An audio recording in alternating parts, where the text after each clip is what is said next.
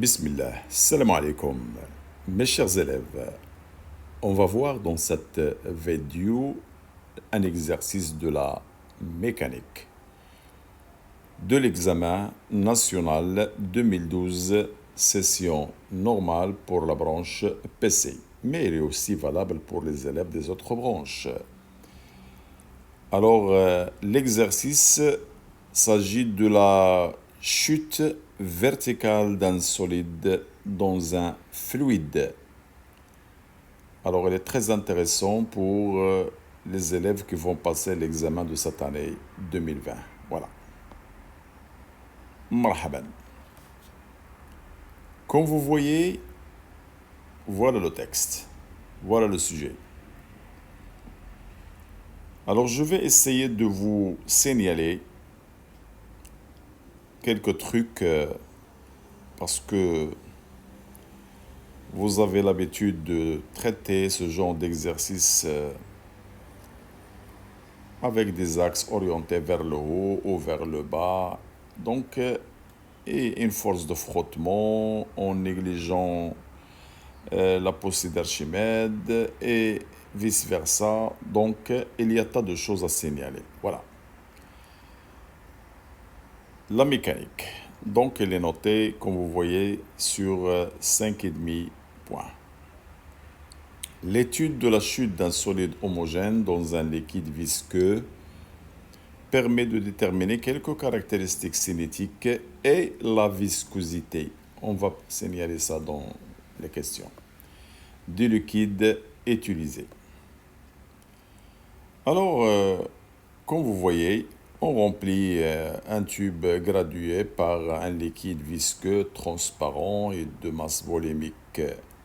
Regardez la masse volumique maintenant. La masse volumique du liquide rho. Puis, on y laisse tomber sans vitesse initiale à un instant t égale 0, une bille homogène de masse m et de centre d'inertie. Donc, le solide qui nous intéresse à étudier, c'est une bille.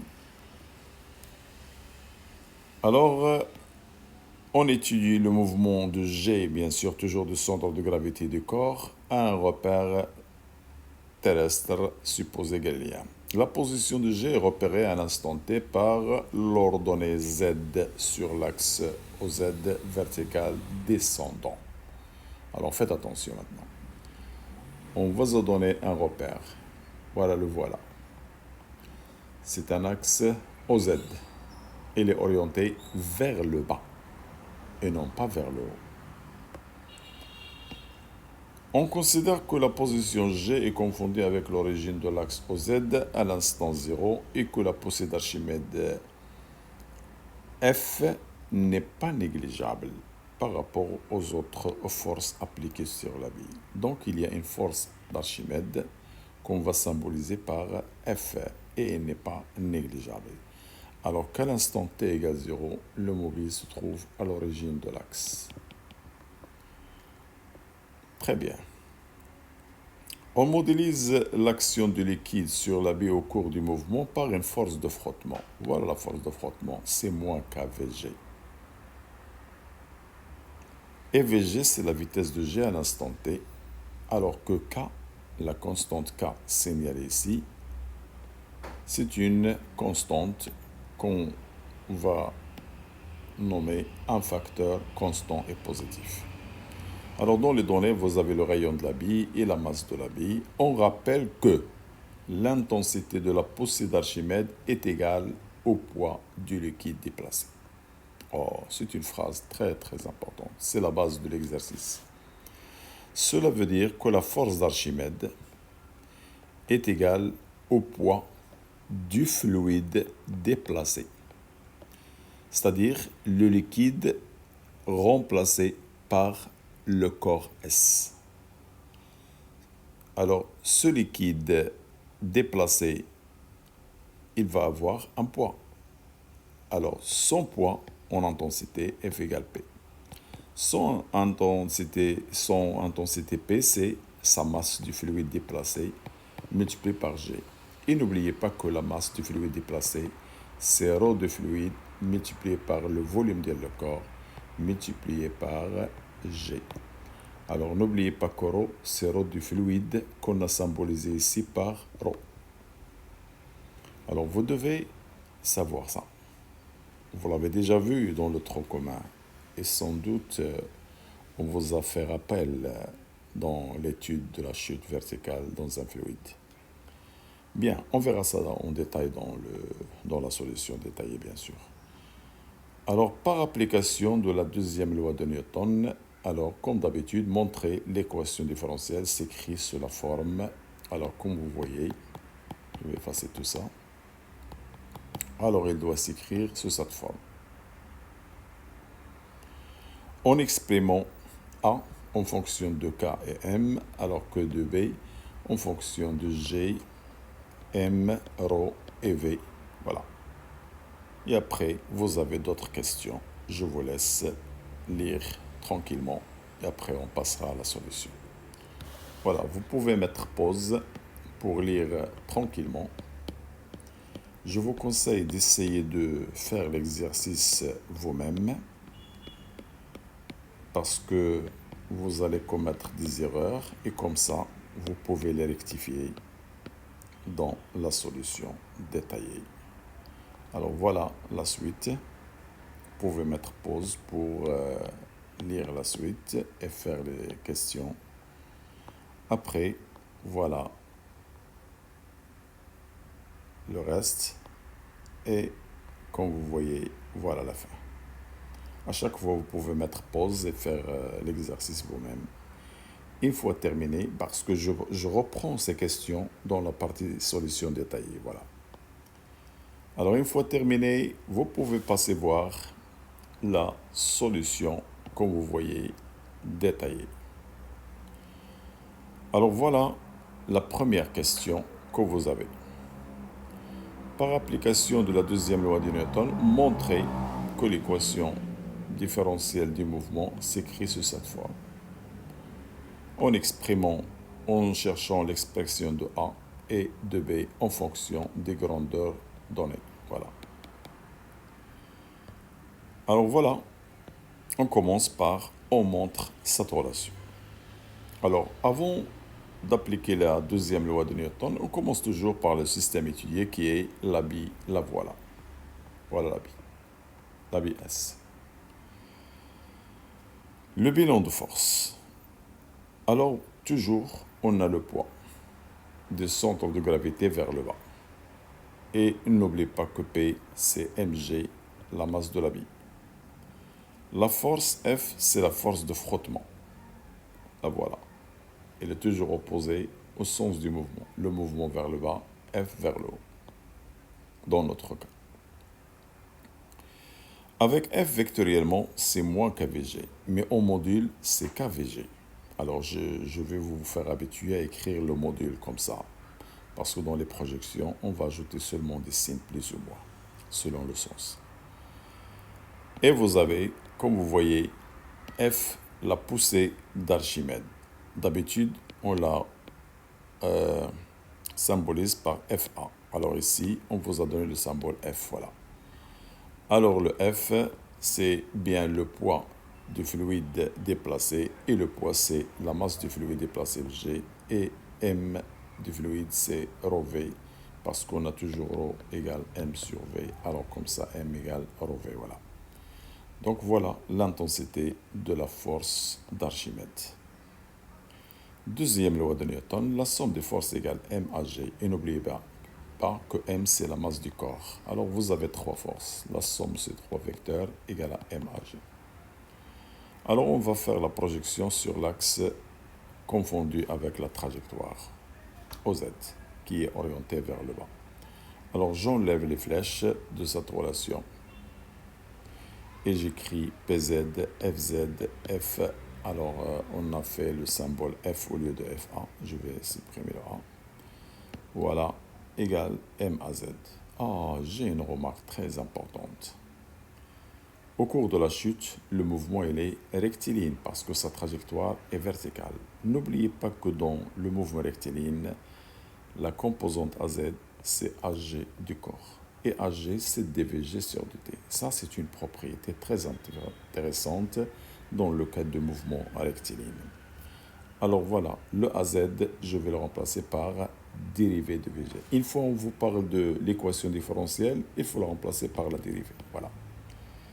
Alors PZ, c'est le poids du corps, c'est mg, elle est vers le bas, donc c'est un plus. F de frottement, elle est orientée vers le haut, donc dans le sens contraire de OZ. Regardez, OZ, elle est vers le bas, et F, elle est vers le haut, donc un signe moins, voilà, moins KV. Et la force d'Archimède, elle est aussi vers le haut, inverse du sens du OZ, donc c'est moins rho VG, voilà, égal M. Alors je vais multiplier le tout par 1 sur M, c'est-à-dire je vais diviser le tout par M, j'aurai cette équation. Que je peux l'écrire, regardez, je commence par dVG, voilà. Le moins KMVG, je vais la faire déplacer de l'autre côté, ça sera plus, la voilà. Et je laisse ce qui est là, G moins rho. Alors je peux factoriser le G comme vous voyez, et le G multiplié par 1 moins rho, voilà, et je trouve cette relation. Alors regardez, cette équation trouvée, elle est de la forme, regardez, dVG, la voilà. Le coefficient CA multiplié par VG, et cette expression, c'est bien B. Alors puisque elle a la forme de cette équation, alors par analogie ou par identification,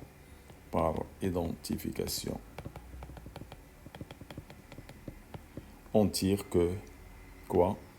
Que le A, c'est bien K sur M, et la constante B, c'est bien cette expression, la voilà, ce qu'on vous a demandé de trouver. Dans la deuxième question, on vous dit que de vérifier que l'expression VG égale B sur A multiplié par 1 moins exponentielle moins T sur taux est une solution de l'équation différentielle, ou la condition, il faut que taux soit égal à 1 sur A. Et le taux, on va l'appeler le temps caractéristique du mouvement. Alors, comme d'habitude, vous avez une équation différentielle. On vous a donné une solution. Je l'ai développée. Voilà. BA multiplié par 1 et après BA multiplié par exponentielle, je vais avoir cette expression. Puisque dans l'équation j'ai une dérivée, je vais chercher la dérivée. Alors la dérivée de ce rapport, c'est 0. La dérivée de cette expression, alors regardez, le BA c'est une constante, je vais la faire sortir. Multiplié par la dérivée de l'exponentielle moins t sur tau. Alors regardez, la dérivée de l'exponentielle moins t sur tau, c'est la dérivée de moins l'exponentielle moins 1 sur tau multiplié par t. Alors le coefficient de temps, je vais le faire descendre en bas. Alors le voilà. Exponentielle. On a l'habitude de faire ça dans l'électricité, bien sûr. Alors je vais chercher l'expression de ce produit. Alors le moins avec le moins, ça va donner un plus. Alors ça va donner BA sur tau exponentielle. Alors je n'ai qu'à remplacer l'expression 2 et 3, c'est-à-dire je change de couleur. Le VG et sa dérivée, je vais les remplacer. Alors ici VG et la dérivée, donc voilà. J'aurai bien cette expression. Eh bien, je vais développer ce produit. Alors, je vais avoir B moins B exponentielle égale B. Alors, regardez. Donc, je peux faire une factorisation de B exponentielle que j'ai là et que j'ai là. Alors, la voilà. Multiplié. Il me reste ici 1 sur A sur tau. Et là, il me reste le 1. Le voilà. Ce B là, je vais le faire déplacer de l'autre côté. B moins B, c'est un 0. Et voilà ce qu'on obtient. Une fois on arrive là, alors quel que soit le temps, cette expression, alors l'exponentielle, regardez, l'exponentielle moins alpha t, il ne peut égaler 0 que lorsque t tend vers l'infini. Alors nous, on ne va pas y arriver à l'infini, donc quel que soit t, cette expression est différente de 0. Alors pour que ce produit soit égal à 0, il faut que cette expression soit nulle en mathématiques, voilà. Alors comme ça, j'obtiens A taux égale 1 et le taux égale 1 sur A. Voilà. Alors regardez, si je vérifie maintenant, si je remplace ce A avec 1 sur... alors regardez le A. pardon, je remplace le taux. Si je remplace le taux là par 1 sur A, alors je vais simplifier A avec A, il me reste 1. 1 moins 1 c'est 0, donc 0 égale 0, il est vérifié. Donc c'est une solution à condition taux égale 1 sur A. Donc c'est bien une solution. Troisième question. Écrire l'expression de la vitesse limite du centre d'inertie de la vie en fonction de A et B. Oh. La vitesse limite, c'est une vitesse constante. Donc V égale V limite. Donc lorsque la vitesse arrive à la vitesse limite, donc ils deviennent constantes. Sa dérivée par rapport au temps, elle est nulle. Alors je vais remplacer dans l'équation différentielle qu'on a. Alors la dérivée que j'ai, je vais la remplacer par 0, la voilà. Et la vitesse Vg, je vais la remplacer par vitesse limite. Voilà. Et comme ça, j'obtiens vitesse limite égale B sur A. Et je n'oublie pas que A, c'est déjà montré avec B. Alors, je peux remplacer si vous voulez, mais ce n'est pas demandé. Parce qu'on vous a demandé en fonction de B et A, donc je laisse sans passer par ces trucs-là.